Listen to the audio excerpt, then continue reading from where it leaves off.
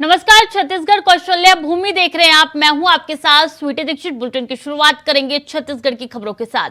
छत्तीसगढ़ के दंतेवाड़ा जिले में 2-2 हजार रुपए के 100 नोट बरामद कर 3 लोगों को गिरफ्तार किया गया। ये रुपए कथित तौर पर एक नक्सली कमांडर के थे।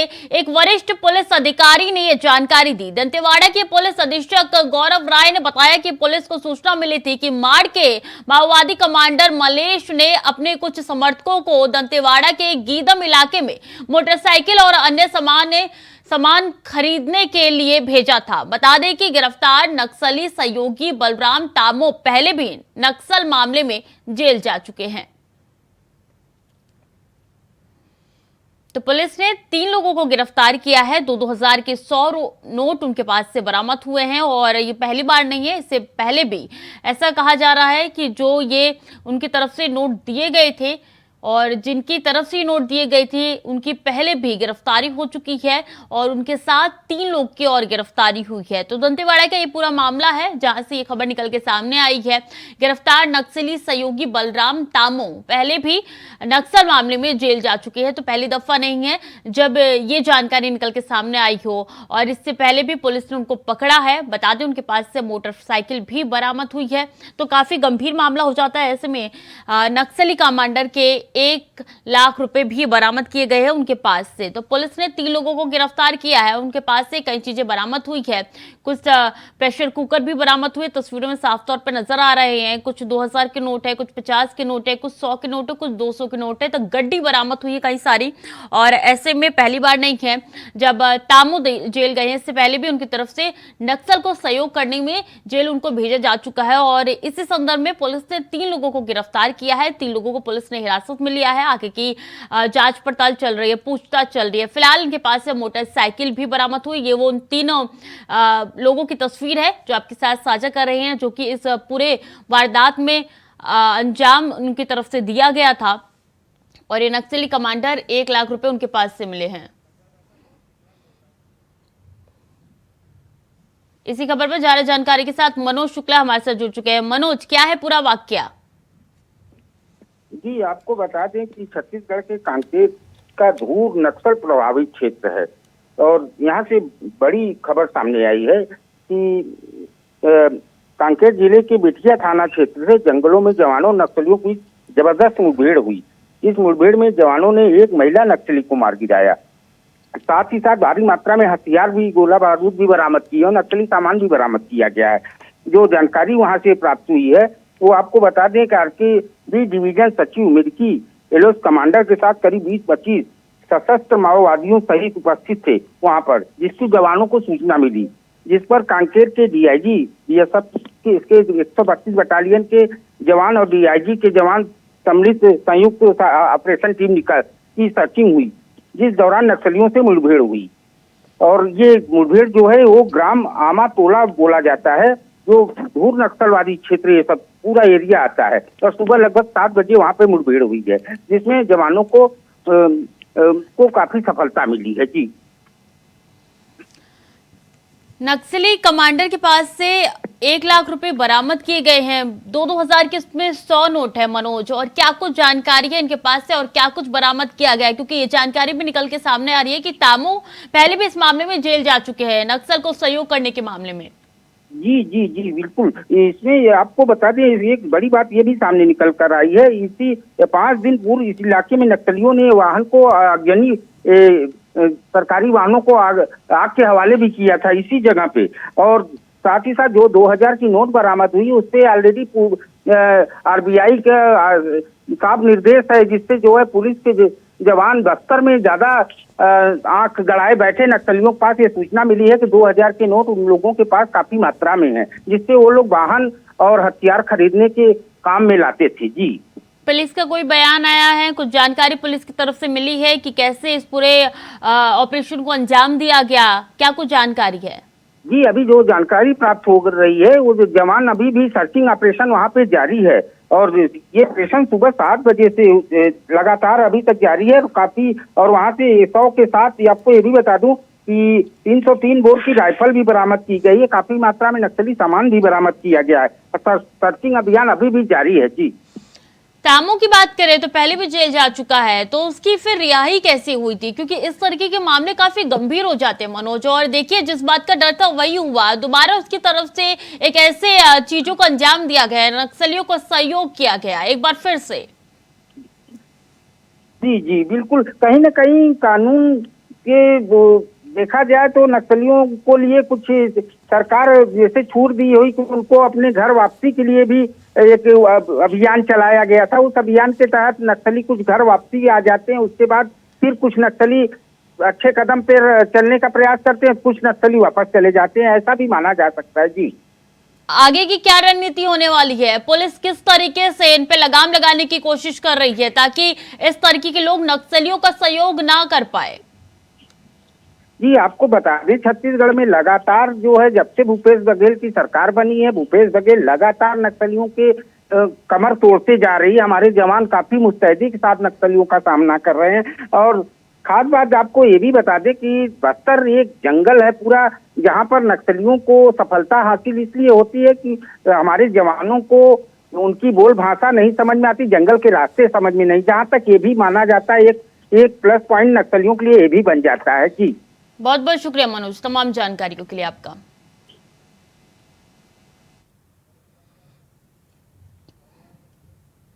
और छत्तीसगढ़ में चुनावी समय शुरू हो गया है। राम और रामायण की राजनीति के बाद अब पुरखों के नाम पर भी सियासत शुरू हो गई है। बीजेपी के राष्ट्रीय नेताओं का दौरा भी लगातार जारी है। बता दें कि इसी कड़ी में केंद्रीय मंत्री गिरिराज सिंह छत्तीसगढ़ पहुंचे और नाथूराम गोडसे को भारत का सपूत बता दिया। वहीं उनके इस बयान के बाद सियासत तेज हो गई है। बता दें कि उनके इस बयान पर कांग्रेस संचार प्रमुख सुशील आनंद शुक्ला ने कहा है कि बीजेपी के केंद्रीय मंत्री ने महापाप किया है, इससे देश का एक एक नागरिक आहत है। बीजेपी को गिरिराज सिंह के बयान पर माफी मांगनी चाहिए, ना कि मुद्दों से ध्यान भटकाना चाहिए। हटाने की कोशिश तो अरुण साव कर रहे हैं। उनके केंद्रीय मंत्री छत्तीसगढ़ की धरती से जो महापाप करके गए, गांधी के हत्यारे को भारत का सपूत बता के गए, उससे देश का एक एक नागरिक आहत हुआ है।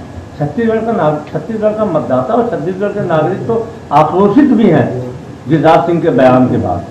भारतीय जनता पार्टी को गिरिराज सिंह के बयान के लिए माफी मांगना चाहिए, न कि मुद्दों से ध्यान भटकाना चाहिए। हमने गोडसे की चर्चा रही कि हमारे जो गोडसे भारत का पहला आतंकवादी था, गांधी का हत्यारा था, गोडसे हमारे लिए परित्याग की वस्तु था, है और रहेगा।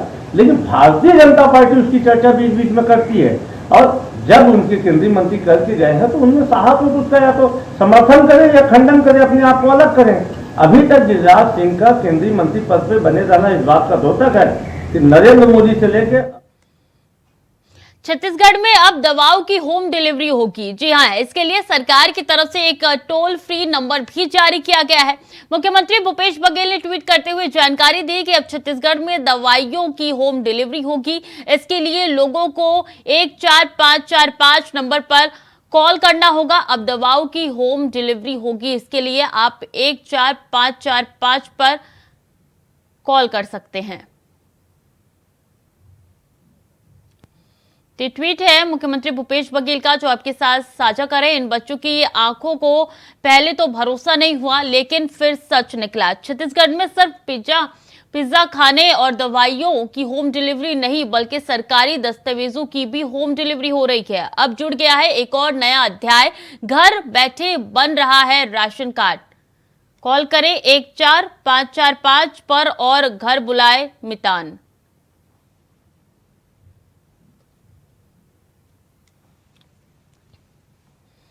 तो बता दें कि दवाई जहां घर पहुंचेगी आपके एक कॉल करने में, तो दूसरी ओर देखिए एक और खबर ये निकल के सामने आ रही है कि घर बैठे राशन कार्ड भी आप बनवा सकते हैं। इसके लिए सिर्फ आपको 14545 पर कॉल करना है और कॉल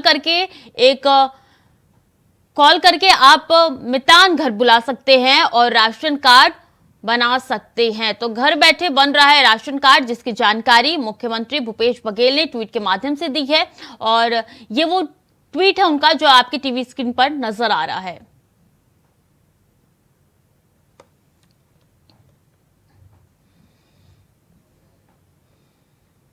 कोरबा में ग्रामीण महिला कांग्रेस ने महिला कार्यकर्ताओं और स्थानीय लोगों के साथ दीपिका चौक पर 9 घंटे तक चक्का जाम किया। दरअसल पिछले 25 सालों से सड़क की समस्या से स्थानीय लोग परेशान हैं। हर साल बारिश में पानी भर जाता है, इसको लेकर लोगों को परेशानियों का सामना करना पड़ता है। इस समस्या से परेशान होकर प्रदर्शनकारियों ने दीपिका चौक पर प्रदर्शन कर SECL मुर्दाबाद के नारे लगाए। इसके साथ ही सड़क न बनाने के चलते आने वाले समय में अनिश्चितकालीन चक्का जाम करने की चेतावनी भी उनकी तरफ से दी गई है।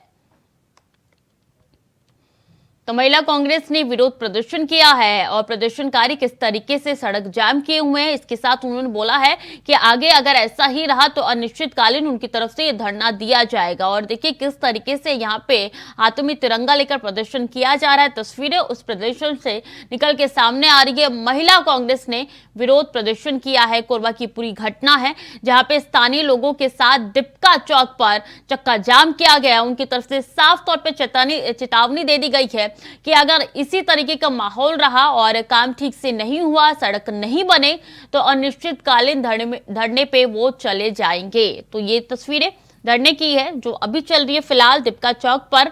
और आपको बता दें कि सड़क ना बनने से लोग परेशान हैं और जिसके चलते ये धरना उनकी तरफ से दिया गया है। आंदोलनकारी उग्र होते हुए नजर आ रहे हैं।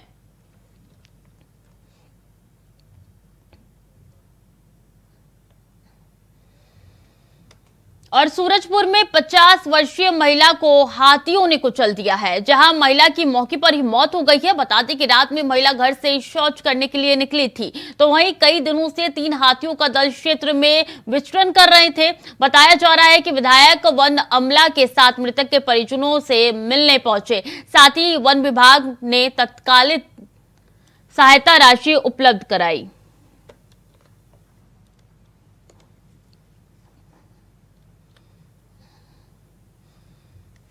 तो हाथियों के झुंड ने एक 50 वर्षीय महिला को कुचल दिया है। कई दिनों से इनका ये झुंड देखा जा रहा था। ऐसे में महिला शौच करने जब बाहर निकली थी तब हाथियों ने इनको कुचल दिया है। और बता दें कि वन विभाग को इसकी सूचना भी दी गई है। फिलहाल कई अधिकारी पहुंचे हैं। महिला के परिजनों को तत्कालिक राशि जो है मुआवजे की राशि वो दी गई है, लेकिन ये बड़ी समस्या बनी हुई है और कई दिनों से ये लगातार हाथियों का झुंड घूम रहा था। और ऐसे में ये खबर निकल के सामने है जब 50 वर्षीय महिला को हाथियों के झुंड ने कुचल दिया और उसकी मौत हो गई है। बता दें कि कई दिनों से हाथियों का झुंड घूम रहा था। ऐसे में सूचना दी गई थी वन विभाग के अधिकारियों को, लेकिन उसके बाद भी कोई कार्रवाई नहीं हुई और आखिरकार एक महिला की जान चली गई। बता दें कि शौच करने के लिए रात के समय निकली थी महिला, तब हाथियों के झुंड ने महिला को कुचल दिया है। फिलहाल मुआवजे की राशि दे दी गई है और तमाम अधिकारी जो हैं अब इस बात की जांच पड़ताल में लग चुके हैं। हाथियों को झुंड को वहां से हटाने की कवायद कोशिश जारी हो चुकी है।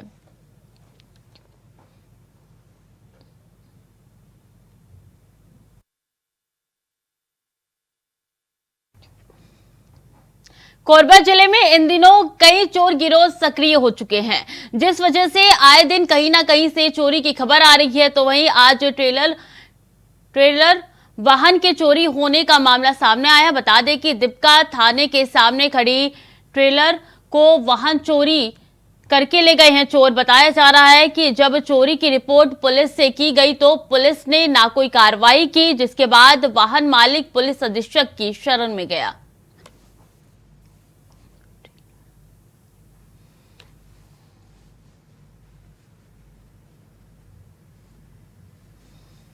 तो जिले में चोर जो है वो सक्रिय होते हुए नजर आ रहे हैं। इस बात की पुष्टि इसी से होती है कि जब इनकी वाहन चोरी हो गई उसके बाद से पुलिस के पास गए, लेकिन पुलिस को तहरीर दी गई, पुलिस ने FIR दर्ज नहीं की है, जिसके बाद से ये जिला अधीक्षक के पास गए, पुलिस अधीक्षक के पास गए और उनके द्वारा ये रिपोर्ट दर्ज करवाई गई। लेकिन ये देखिए बड़ा मामला निकल के सामने आया है कि चोरों के हौसले बुलंद होते हुए नजर आ रहे हैं। इस तरीके के वाहन दिन दहाड़े उड़ा लिए जाते हैं, किसी को कानो कान खबर नहीं होती, पुलिस इसमें सक्रिय नहीं है और चोर लगातार एक्टिव होते हुए नजर आ रहे हैं। तो बता दें कि वाहन चोरी हो गई है और इसके बाद से पुलिस में तहरीर दी गई, लेकिन पुलिस ने कोई कार्रवाई नहीं की।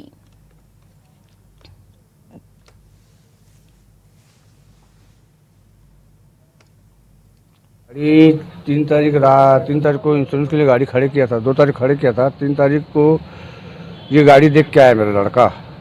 और 3 और 4 के बीच में 4 तारीख को सर्वेयर फोटो इंस्पेक्शन लेने गया तो गाड़ी गायब थी। हमने गाड़ी को खड़े करवा दिया, कोई बगैर इंश्योरेंस प्लेस हो गया करके।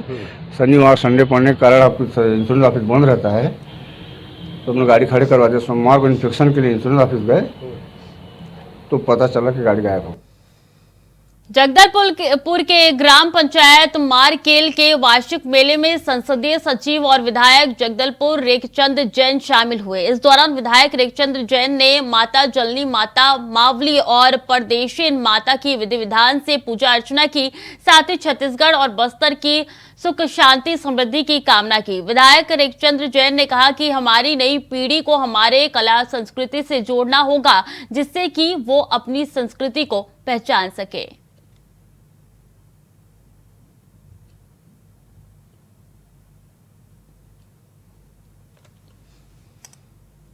मारकेल वार्षिक मेले का आयोजन हुआ। इस मेले में पूजा पाठ भी हुआ। बता दें, विधायक रेखचंद्र जैन मेले में शामिल हुए। इस दौरान संस्कृति के बारे में जानकारी उन्होंने दी और कहा है कि नई पीढ़ी को कला संस्कृति से जोड़ना बेहद जरूरी हो जाता है। जैसे जैसे पीढ़ी आगे बढ़ रही है, वैसे वैसे उनको ये जानना बेहद जरूरी हो जाता है कि किस तरीके से क्या संस्कृति है, और इसीलिए इस मेले का आयोजन हुआ है। और विधायक रेखचंद्र भी इस मेले में आयोजन में कार्यक्रम में गए हैं। बता दें कि उनकी तरफ से ये तमाम बड़ी बातें कही गई है। इसी के साथ बता दें कि मारकेल वार्षिक मेले का आयोजन हुआ है और इसमें पूजा अर्चना भी की गई है देवी की, और भव्य तरीके से ये पूजा अर्चना, ये मेले का आयोजन हुआ है।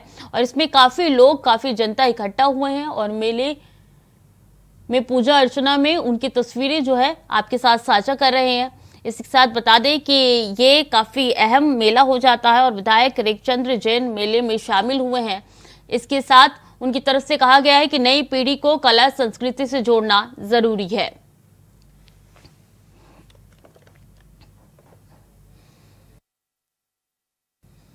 कोरबा के चिरमिरी क्षेत्र में रानी अटारी विजय बेस्ट कोयला खदान के समानांतर चल रही अवैध कोयला खदान से निकाले गए कोयले और उसके भंडारण को लेकर वन विभाग ने बड़ी कार्रवाई की है। इस मामले में डिप्टी रेंजर समेत 2 अधिकारी सस्पेंड कर दिए गए हैं। डीएफओ कटघोरा ने जंगल में छापा मारकर 620 बोरी कोयला जब्त किया है। साथ ही ग्रामीण और स्थानीय वन अधिकारियों के बयान दर्ज किए गए हैं। तो 620 कोयला जब्त किया गया है। 620 बोरी जो है कोयले की वो जब्त की गई है और इन पे कार्रवाई होगी। ये तमाम बातें उनकी तरफ से की गई है। स्थानीय वन अधिकारियों के बयान भी दर्ज किए गए हैं। तो बता दें कि छापेमारी कर ये 620 बोरे कोयले जो है वो उनकी तरफ से जब्त किए गए हैं और वन विभाग के कुछ अधिकारी भी सस्पेंड हुए हैं इस पूरे छापेमारी में। अवैध तरीके से निकासी और कोयले का भंडारण उनकी तरफ से किया गया था। इसके बाद से जब पुलिस को जानकारी मिली, सूचना मिली, तो पुलिस वहां पे पहुंची और छापेमारी की और इस पूरे छापेमारी में 620 बोरी कोयला जब्त तो हुआ है। इसके साथ 2 वन विभाग के अधिकारी भी सस्पेंड हो चुके हैं।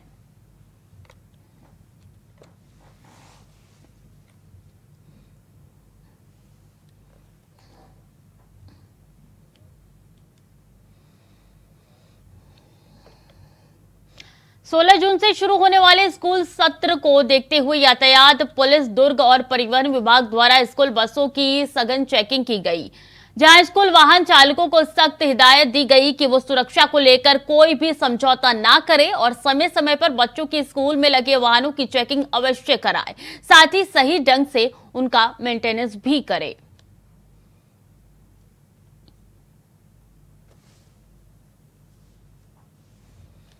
तो स्कूल बसों की चेकिंग वाहन चालकों को हिदायत भी दी गई है और ये भी कहा है कि कोई भी यहाँ पे लापरवाही नहीं बरती जाएगी, क्योंकि मासूम की जिंदगियों का सवाल होता है। ऐसे में उनकी तरफ से साफ तौर पे कहा गया है कि बसों की चेकिंग जो है वो समय समय पे की जानी चाहिए, लापरवाही कोई भी नहीं चलेगी और इसकी मेंटेनेंस भी कुछ ही दिनों में होनी चाहिए। तो सुरक्षा को लेकर कोई समझौता नहीं होगा, ये भी उनकी तरफ से साफ तौर पर कह दिया गया है। स्कूल बसों की चेकिंग का ये पूरा मामला है जो अब लगातार आगे बढ़ता हुआ नजर आ रहा है। दुर्ग में इसका पूरा जांच शिविर का आयोजन हुआ था और इसके बाद से ये हिदायत उनको दी गई है कि सुरक्षा से कोई भी समझौता नहीं होगा, मेंटेनेंस लगातार करना होगा बस को।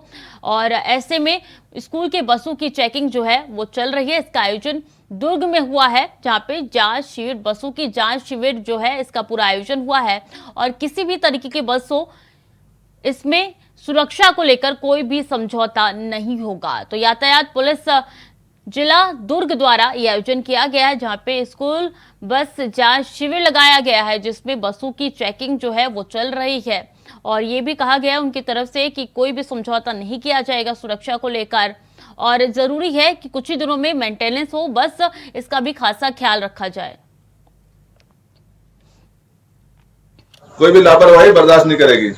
तो प्रत्येक चालक की, स्कूल प्रबंधन की जिम्मेदारी है कि जो जो गाइडलाइन दी गई है आप लोग उसको चेक करें, जो खामियां है उसको पूरा कर लें और बच्चों की सुरक्षा और उसको लाना ले जाना सभी की जिम्मेदारी है, हम सभी की जिम्मेदारी है। और स्कूल 2023 का सत्र 16 तारीख से चालू हो रहा है, तो कोई भी लापरवाही न बरतें, यातायात नियमों का पालन करें।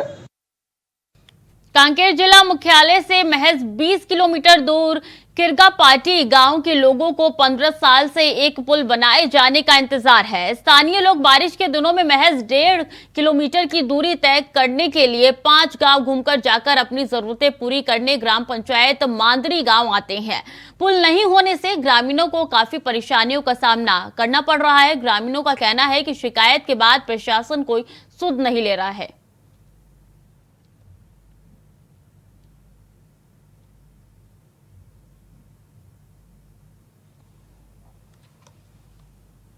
तो पुल नहीं बन रहा है, इसकी वजह से लोगों को 5 गांव घूमकर जाना पड़ रहा है पानी लेने के लिए। उनकी जरूरतें पूरी नहीं हो रही है, कई सालों से यही सिलसिला चल रहा है। ऐसे में कहा गया है कि जल्द पुल बनेगा, लेकिन प्रशासन कोई भी सुध नहीं ले रहा है। लोग काफी परेशान हैं, गांव के लोग दूर दूर तक जाते हैं पानी लेने के लिए। ये पुल की हालत है जो आपकी टीवी स्क्रीन पर नजर आ रही है। 12 सालों से इंतजार है वहां के ग्रामीणों को, लेकिन अभी तक पुल नहीं बना है। इसके लिए उनको घूम के जाना पड़ता है, 5 गांवों को लेके जाना पड़ता है, उसके बाद से पानी लेके फिर वही 5 गांव लेके फिर उनको वापस अपने गाँव में आना पड़ता है। तो ये पुल की तस्वीरें जो आपके साथ साझा कर रहे हैं, जो 12 साल से नहीं बना है।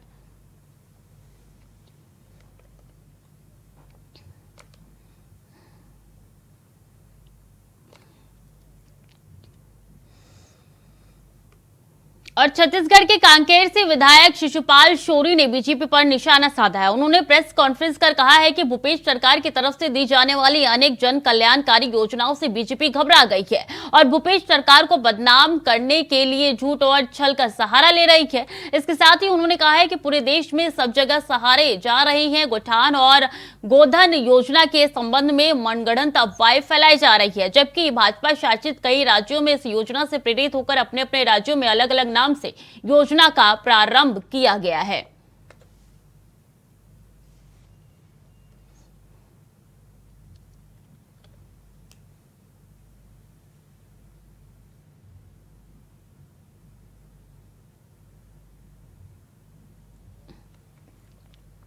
छत्तीसगढ़ में महज कुछ दिन ही मानसून के आने में बचे हैं। ऐसे में सहकारी समिति के कर्मचारियों के हड़ताल पर चले जाने से किसान चिंतित है, क्योंकि किसानों को समय पर ना तो खाद और ना ही बीज मिल पा रहा है। ये रिपोर्ट देखिए।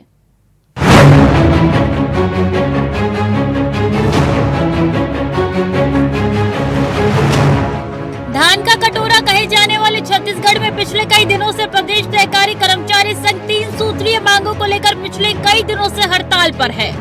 का हड़ताल कई वर्षों से लंबित मांगे हैं, जिसको पूर्ण कराने के लिए हमारे द्वारा हड़ताल का आज 10वां दिन है। लगातार हम लोग हड़ताल कर रहे हैं और माननीय मुख्यमंत्री जी से निवेदन, प्रार्थना, आग्रह कर रहे हैं कि समिति में कार्यरत कर्मचारियों का भी कुछ उद्धार हो और हमको भी नियमितीकरण करें। हमारी 3 सूत्रीय मांग है। पहला, 2058 समितियों में कार्यरत कर्मचारियों को नियमित किया जाए एवं सरकारी कर्मचारी की भांति वेतन अनुदान दिया जाए। सहकारी कर्मचारी संघ की हड़ताल का असर अब प्रदेश के किसानों पर भी देखने को मिल रहा है। दरअसल महज कुछ दिनों में ही सरगुजा में मानसून दस्तक देने वाला है, जिससे किसानों की चिंता बढ़ गई है। सरकारी कर्मचारी संघ के हड़ताल के कारण किसानों को ना तो खाद मिल पा रहा है और ना ही बीज उपलब्ध हो पा रहे हैं। जिस कारण किसान मझधार में फंसे हैं। अगर जल्दी हड़ताल खत्म नहीं हुई तो मजबूरन किसानों को महंगे दामों पर बीज और खाद खरीदने पड़ेंगे। हम लोग रोज आते हैं, है ना? हाँ। और खाद नहीं मिल रहा है, एक हफ्ता से बंद है, बंद पड़ा हुआ है। और हमको यही परेशानी है, और कैसे खेती करें, हैं? देखिए ये एक हफ्ता से बंद है, हम डेली आ रहे हैं और खाद नहीं मिल रहा है, हम खेती कैसे करें, है ना? तो परेशानी है, कैसे खेती करेंगे, हैं? और मिल नहीं पा रहा है। हमको जल्दी से जल्दी खाद मिले, ऋण मिले।